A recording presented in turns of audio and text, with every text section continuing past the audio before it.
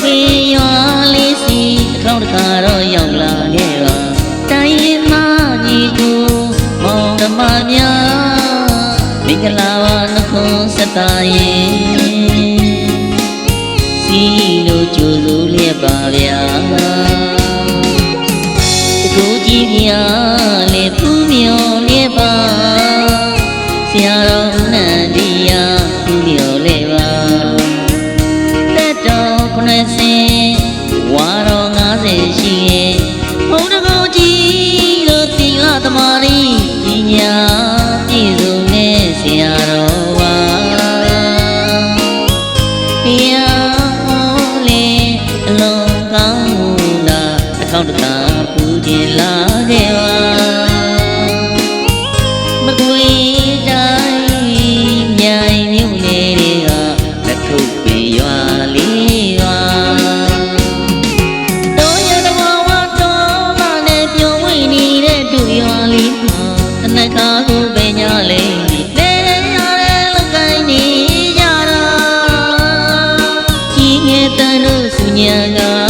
ဘုံမောင်တန်အုံမောင်တန်လေးအချက်ပေးကဓမ္မကာယဘုရားကျောင်းတော်ဒီမှာဥပုသ်တဲ့လေစောက်ကြည့်ကြသေးတာ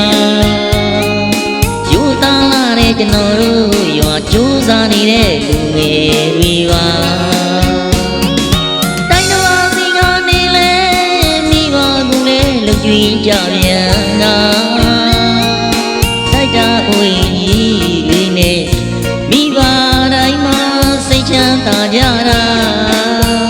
ကိုမျိုးကိုရွာ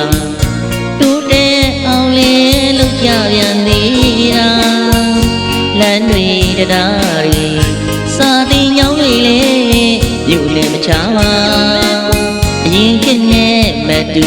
ကျွန်တော်တို့ရွာတရားကြောင့်ကံတွေလေရွှေရောင်ဝေရောင်လေးလဲဝါ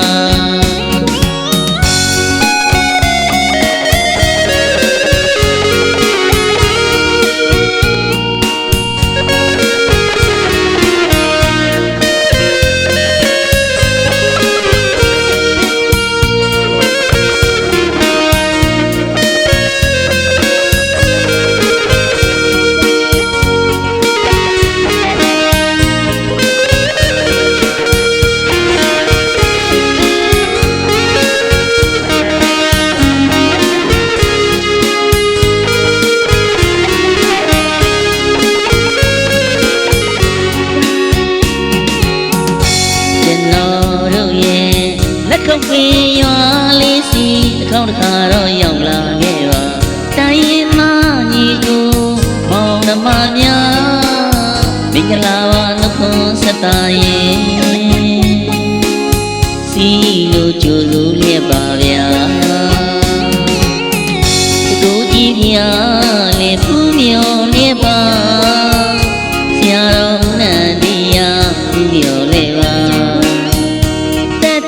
90ဝါတော်90ရှိရဲ့ဘုံတကူကြီးလို့သီလသမာဓိပညာ